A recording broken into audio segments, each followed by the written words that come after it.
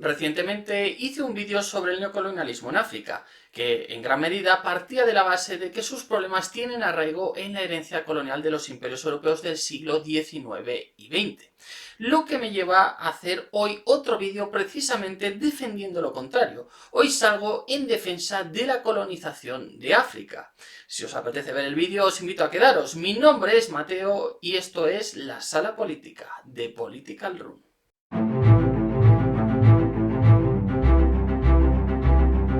Bien, vayamos al grano. Uno de los puntos que siempre se suele esgrimir en contra de la colonización europea es el tema de la frontera.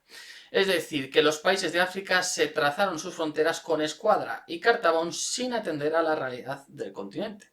Y sí, puede ser que los intereses europeos, por supuesto, jugaran un papel fundamental a la hora de establecer las fronteras. Pero debemos entender que cuando llegaron al continente, el nivel educativo del mismo era bajísimo. Es decir, la mayoría de la población de África no podía entender ni comprender el concepto de Estado. Esto es un territorio delimitado por unas fronteras, administrado por unas instituciones públicas que a su vez luchan por que haya un nacionalismo, es decir, un sentimiento de pertenencia a la nación, porque las naciones al final son algo que compartimos en el imaginario colectivo de las personas, pero que no son algo real, no son un árbol, no son una piedra, es algo que nosotros nos imaginamos y a lo que le damos un valor. En este sentido, ¿acaso no se hubieran generado los mismos problemas independientemente de dónde se hubieran delimitado las fronteras? Es decir, al final, el hecho de poner unas fronteras a unas personas que no entendían en qué consistían esas fronteras, ni en qué consistía un Estado, y que además podían encontrarse incómodas con el hecho de compartir un país con otras tribus de otra etnia o de otras creencias, en definitiva, lo que considero en este punto es que, desde luego, las fronteras se podrían haber hecho mejor. Pero también se podrían haber hecho mucho peor. Y sobre todo, pongámonos en el caso de que África a día de hoy, 2024, estuviera aún en una etapa precolonial y que las potencias de fuera de África tuvieran ahora que entrar allí y delimitar los países del continente africano. Dígame, para empezar, ¿quién lo haría? ¿Lo haría Estados Unidos? ¿Lo haría China? ¿Lo haría la ONU? Y sobre todo, ¿cómo lo harían? ¿Acaso lo podrían hacer mucho mejor que los europeos? ¿Acaso no se generarían los mismos problemas y procesos que ha habido desde que se establecieron esas fronteras en África? Pues lo cierto es que posiblemente muchos de ellos hubieran pervivido, por lo que al final alguien tenía que delimitar eso, alguien tenía que poner el cascabel al gato y ciertamente era un punto de partida como cualquier otro. Por supuesto, en este punto se podría argumentar que nadie pidió permiso a los africanos para entrar en su continente, es decir, que los europeos no pidieron permiso para establecerse en África y empezar a hacer esas delimitaciones. Pero si observamos la historia de los imperios, pues sencillamente Roma no pidió permiso para extenderse, como tampoco lo hizo el imperio mogul o el imperio mongol o un montón de imperios a lo largo de la historia, ya que el ser humano suele tener visiones mesiánicas de sí mismo y en base a sus creencias actúa. Y la verdad es que tiende a imponer sus ideas en muchos casos por la fuerza. Por lo que esta opción, ciertamente, aunque idílica, aunque idealista, pues no se iba a cumplir. Nadie iba a pedir permiso al otro para poder entrar. Pero bueno, continuemos con el argumentario. Otro punto importante que se suele señalar es que los europeos dieron una educación basada en la segregación y que utilizaron a ciertas etnias para controlar al resto. Pero seamos sinceros, ¿acaso no se han producido un montón de luchas étnicas, incluso de crímenes, de grandes genocidios de unas etnias hacia otras tras la independencia, es decir, tras el proceso de descolonización? ¿Acaso tampoco existían estas diferencias antes? ¿No fue precisamente el europeo, con sus normas, el que estableció un derecho primigenio que evitaba precisamente que esas etnias se siguieran matando entre ellas mismas? Y lo que es más importante, actualmente las élites, los líderes de estos países pueden conocer perfectamente su historia. Y sin embargo vemos que en muchos países africanos sigue habiendo claramente un conflicto étnico y una discriminación por raza dentro de la propia África, es decir, fuera, digamos, del espectro europeo y fuera de los blancos, es decir, que dentro de los propios africanos se discriminan entre ellos por esta razón. En definitiva, podemos concluir que ciertamente no digo que los europeos educaran en la segregación y que por supuesto tuvieran un concepto racista respecto a los africanos, es decir, que ellos se vieran en la cúspide y que los africanos fueran poco menos que animales, pero ciertamente las luchas étnicas estaban ahí antes, que son además típicas entre las tribus y desde luego también se mantuvieron después, incluso hoy en día, con toda la información y todo el conocimiento y educación al que han tenido acceso las actuales élites de este continente. Lo que me lleva a otro punto. La educación europea sería mejor o peor, pero desde luego fue una educación, es decir, al igual que los europeos al menos trazaron unas fronteras y crearon el Estado, es decir, crearon un punto de partida, también dieron una educación base. ¿Cuál era el nivel educativo antes de los europeos? Sin duda alguna, los europeos trajeron grandes cantidades de conocimiento al continente, que gracias a eso tuvo de nuevo un impulso y un punto de partida, además de una estabilidad, porque los imperios europeos se podían pelear entre ellos, pero no dejaban que hubiera caos dentro de su territorio. Eso lo tenían controlado y impartían una justicia.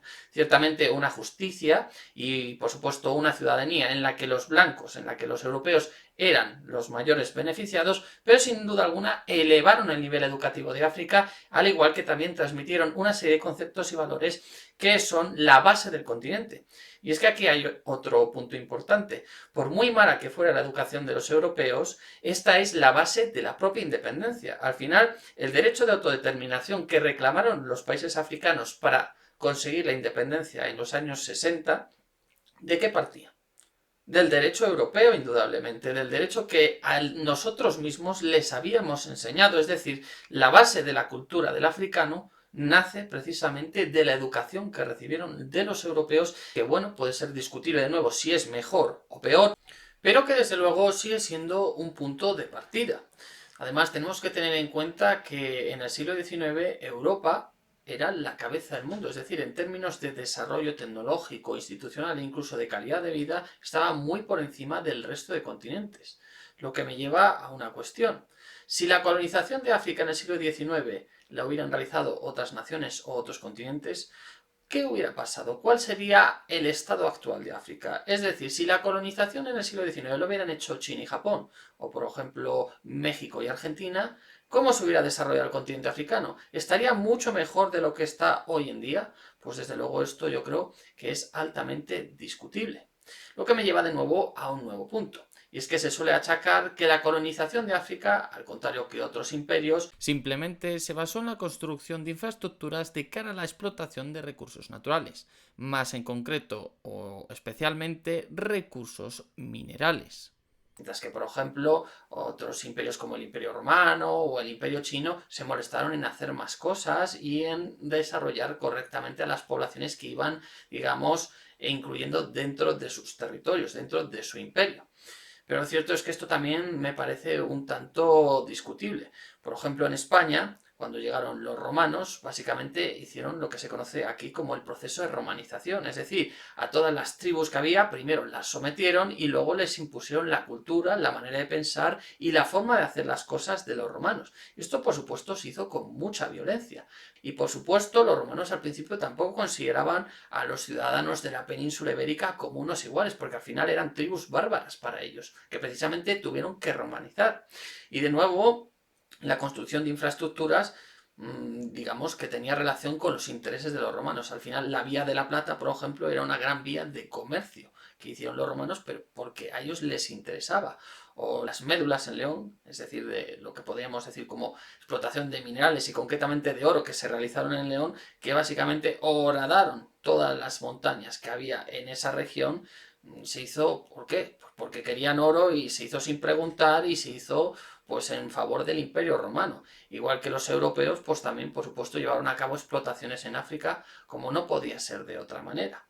En este sentido, os invito a mirar los mapas que ahora mismo os estoy mostrando, donde podréis comprobar que de hecho las calzadas romanas, las carreteras romanas coinciden en cierta medida con las explotaciones minerales que había en la península ibérica y a su vez con las diferentes ciudades, grandes urbes y sobre todo también con las ciudades portuarias. En definitiva, podemos concluir que sin ninguna duda la extracción de minerales tenía una relación clara con la infraestructura romana, más allá de que por supuesto eso te lleve al final a desarrollar otro tipo de infraestructuras civiles como también pasó en África. Llegados a este punto del vídeo, me toca atacar un último argumento bastante extendido, y es la idea de que toda la pobreza de África proviene en general de la colonización europea. Pero lo cierto es que, como veremos, África siempre ha sido, en términos comparativos, mucho más pobre que el resto de continentes. Esto, desde luego, no sé por qué habrá pasado, pero los datos no engañan. Si observamos, por ejemplo, los grandes imperios africanos, es decir, el imperio de Ghana, el imperio de Mali o el imperio del Gran Zimbabue, que alcanzaron su máximo esplendor en los siglos XIII y XIV, veremos que sus capitales llegaron a aglutinar una población de alrededor de 20.000 habitantes. Y diréis, ¿esto es mucho? ¿Esto es poco? Pues lo cierto es que si lo comparamos con las grandes capitales de los imperios europeos, esto es con Roma, la capital del Imperio Romano, o Constantinopla, la capital del Imperio Bizantino, veremos que estos imperios llegaron a alcanzar una población superior a los 400.000 habitantes en dichas capitales. Y desde luego ese mayor desarrollo demográfico y la capacidad para aglutinar tanta población en una sola localidad nos indica también un mayor desarrollo en la técnica, en las instituciones, en la administración y en general en el conocimiento. Algo que se puede ver claramente en el arte. El arte del Imperio Romano o del Imperio Bizantino en su máximo esplendor es claramente más elaborado, más desarrollado que el arte que podían hacer estos imperios africanos. De igual manera se ve claramente en la extensión. El territorio que llegaron a abarcar el Imperio de Ghana o el Imperio de Mali es muy pequeño en comparación con el territorio que abarcó el Imperio Romano o otros imperios de fuera de Europa. En este sentido también lo podemos ver no solo en la pequeña extensión que tenían los imperios africanos, sino en su capacidad de resistencia. Es decir, ya por ejemplo cuando llegaron los árabes y el Islam al norte de África, no hubo prácticamente resistencia a su llegada. De igual manera, cuando llegaron también los europeos ya en el siglo XIX, no hubo resistencia por parte de los imperios africanos que había en este continente, porque también los había en el siglo XIX, pero que claro, no tenían un desarrollo poblacional, demográfico, de la técnica, de infraestructuras y del conocimiento lo suficientemente avanzado siquiera para formular una mínima oposición. Todos estos datos ya nos indican, por tanto, esa diferencia en el desarrollo que había entre unas civilizaciones y otras antes de la llegada de los europeos. De igual manera, muchos de estos imperios, como el imperio de Mali, el imperio de Ghana o el Gran Zimbabue que ya hemos mencionado, los conocemos gracias a registros escritos realizados por europeos o a mapas cartografiados por europeos. Y aquí hablamos de siglos muy anteriores a la colonización, es decir, siglo XIII, siglo XIV, siglo XV. ¿Por qué los africanos no eran capaces de cartografiar sus propios mapas, su propio continente? ¿Por qué no conservamos registros escritos de esas civilizaciones? ¿Por qué, sin embargo, existe mucha más cantidad de información de África en Europa que en el propio continente africano, que de los propios africanos? Pues bueno, ahí ya tienes otro índice de desarrollo, es decir, esos imperios comparativamente a nivel demográfico, de infraestructura, de desarrollo intelectual en el sentido del desarrollo de las artes y las ciencias, era muy inferior no ya respecto a Europa, sino también respecto a otros continentes como Asia o América.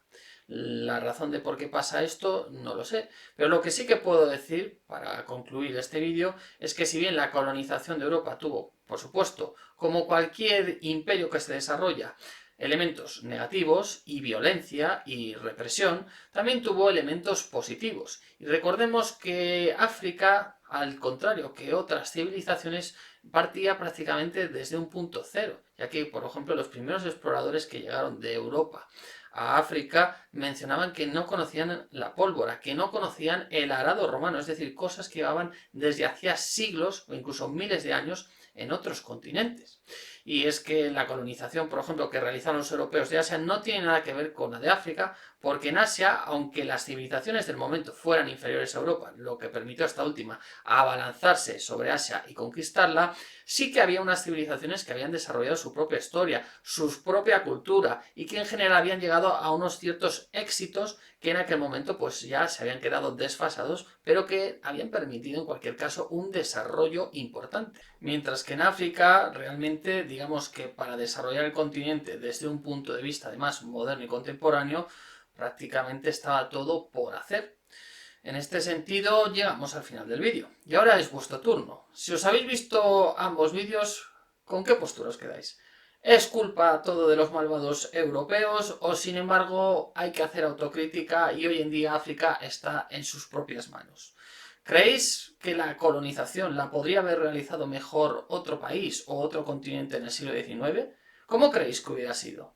Y lo que es más importante, ¿qué futuro auguráis vosotros a África? ¿Creéis que más allá de todo lo que podamos especular, el próximo siglo o este mismo siglo va a ser el siglo africano? Pues bien, os leo en comentarios y nada, como siempre recordaros que este canal de YouTube pertenece a un periódico digital que sobre todo trata temas internacionales de geopolítica, economía y seguridad y defensa, de Political Room. Os dejaré el enlace en la descripción y nada, que tenéis contenido exclusivo en esta página web, en este periódico digital por 9,99 euros al año. Y bueno, pues como siempre, darme like, suscribiros al canal, espero que os haya resultado interesante este vídeo, yo intento hacerlo interesante y además me ha gustado mucho hacerlo porque recibí comentarios, ¿no? Quejándose de en mi anterior vídeo, no, es que esto no es así, tal, pues bueno, aquí tenéis un vídeo diciendo lo contrario para generar debate y desde luego, pues oye, hay que hablar las cosas, que eso es lo importante. Así que nada, me alegro de que estéis aquí, de que me hayáis visualizado y nos vemos en el próximo vídeo.